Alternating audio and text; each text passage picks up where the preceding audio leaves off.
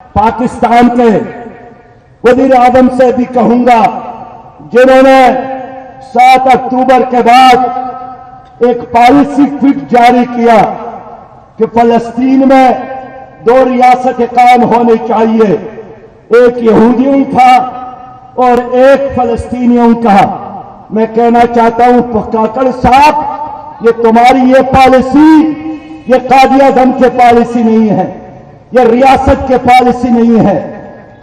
23 मार्च 1940 से लेकर 1948 में भी और आज तक पाकिस्तान की एक ही पॉलिसी है कि फलस्तीन फलस्तीनियों का है। आप अपना ये स्टेटमेंट वापस ले लें।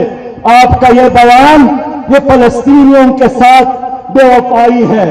आपका ये बयान कादियादम के पॉलिसियों से इनहराफ है। आप निगरान वज़ीर आज़म है, आपको ये मैंडेट नहीं है कि 25 करोड़ अवाम की तो शुद्ध पॉलिसी चंद एनजीओ के कहने पर तब्दील करे। और जिस हुक्मरान ने फलस्तीनियों के साथ गद्दारी की फिर हमारे हाथ होंगे और उनका गिरबान होगा इंशाअल्लाह। मैं हुकूमत से पूछना चाहता हूं, इतने दिन गुजर गए, आपने ओआईसी का इजलास क्यों नहीं बुलाया? इतने दिन गुजर गए, आपने कैबिनेट का इजलास क्यों नहीं बुलाया? इतने दिन गुजर गए, आपने तमाम सियासी जमातों का इजलास क्यों नहीं बुलाया? आप छोटे छोटे इश्यूज में कौम को मसरूफ रखकर असल हक़ाइक़ से कौम की निगाहें उठाना चाहते हैं। लेकिन मैं याद दिलाना चाहता हूं कि कश्मीर का मसला हो, फलस्तीन का मसला हो, ये हमारे लिए ईमान का मसला है, ये नजरिए पाकिस्तान का मसला है, ये में जाने का और जहन्नम से निजात का मसला है। हम किसी भी कीमत पर हुक्मरानों को अपनी उस शुद्ध पॉलिसी को तबाह करने नहीं देंगे। मैं आखिर में बात करना चाहता हूं, लोगों, हम तो इस पाकिस्तान में महंगाई के खिलाफ मुहिम चला रहे थे, हम तो बेरोजगारी के खिलाफ मुहिम चला रहे थे, हम तो बिजली की कीमतों में इजाफे के खिलाफ मुहिम चला रहे थे, हम तो पेट्रोल और डीजल की कीमतों में इजाफे के खिलाफ मुहिम चला रहे थे। ये मसला आ गया, इसलिए हमने इसको फर्ज के तौर पर लिया, तरजीह अव्वल के तौर पर लिया। लेकिन आज मैं दिल दोहराना चाहता हूं कि ये महंगाई, ये बेरोजगारी, ये बदअमनी, ये इन हुकूमतों का पैदा करना है, ये इनकी नाअहली है, ये इनकी नालायकी है। और खुदा की कसम, ये लोग जब रहेंगे सियासत में, ये लोग जब रहेंगे हुकूमत में, न कश्मीर आजाद हो सकता है, न महंगाई खत्म हो सकती है, न बेरोजगारी खत्म हो सकती है, न अमन कायम हो सकता है, न अदल और इंसाफ मिल सकता है, न साफ पानी मिल सकता है, न बच्चों को तालीम, न बेरोजगारों को नौजवान रोजगार।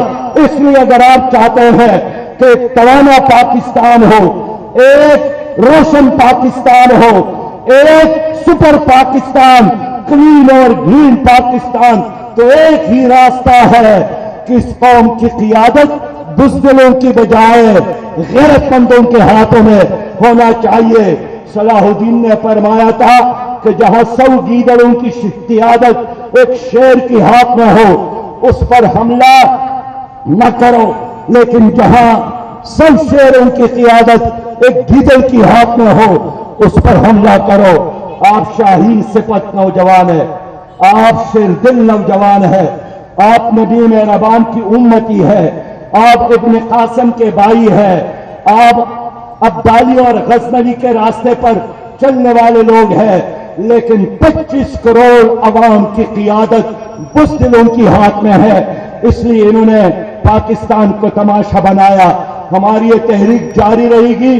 आज लाहौर में प्रोग्राम है, इतवार को कराची में प्रोग्राम है, और कराची के प्रोग्राम में अगर हुकूमत पाकिस्तान ने फलस्तीन के हवाले से कोई क्लियर मौक़िफ़ लाहे अमल नहीं दिया تو پھر کراچی کی پروگرام میں آئندہ کا پروگرام خود اعلان کروں گا، لیکن ہم پھر اللہ کو حاضر اور نادر جان کر اللہ سے وعدہ کرتے ہیں کہ یا اللہ ہم نے فلسطینیوں کو تنہا نہیں چھوڑنا ہے، ہم انشاءاللہ ہر قربانی دیں گے اور بیت المقدس کو، مسجد اقصی کو کافروں سے، یہودیوں سے، ذلیلوں سے، سحوریوں سے آزاد کرا کے دم لیں گے۔ وآخر دعوانا ان الحمدللہ رب العالمین۔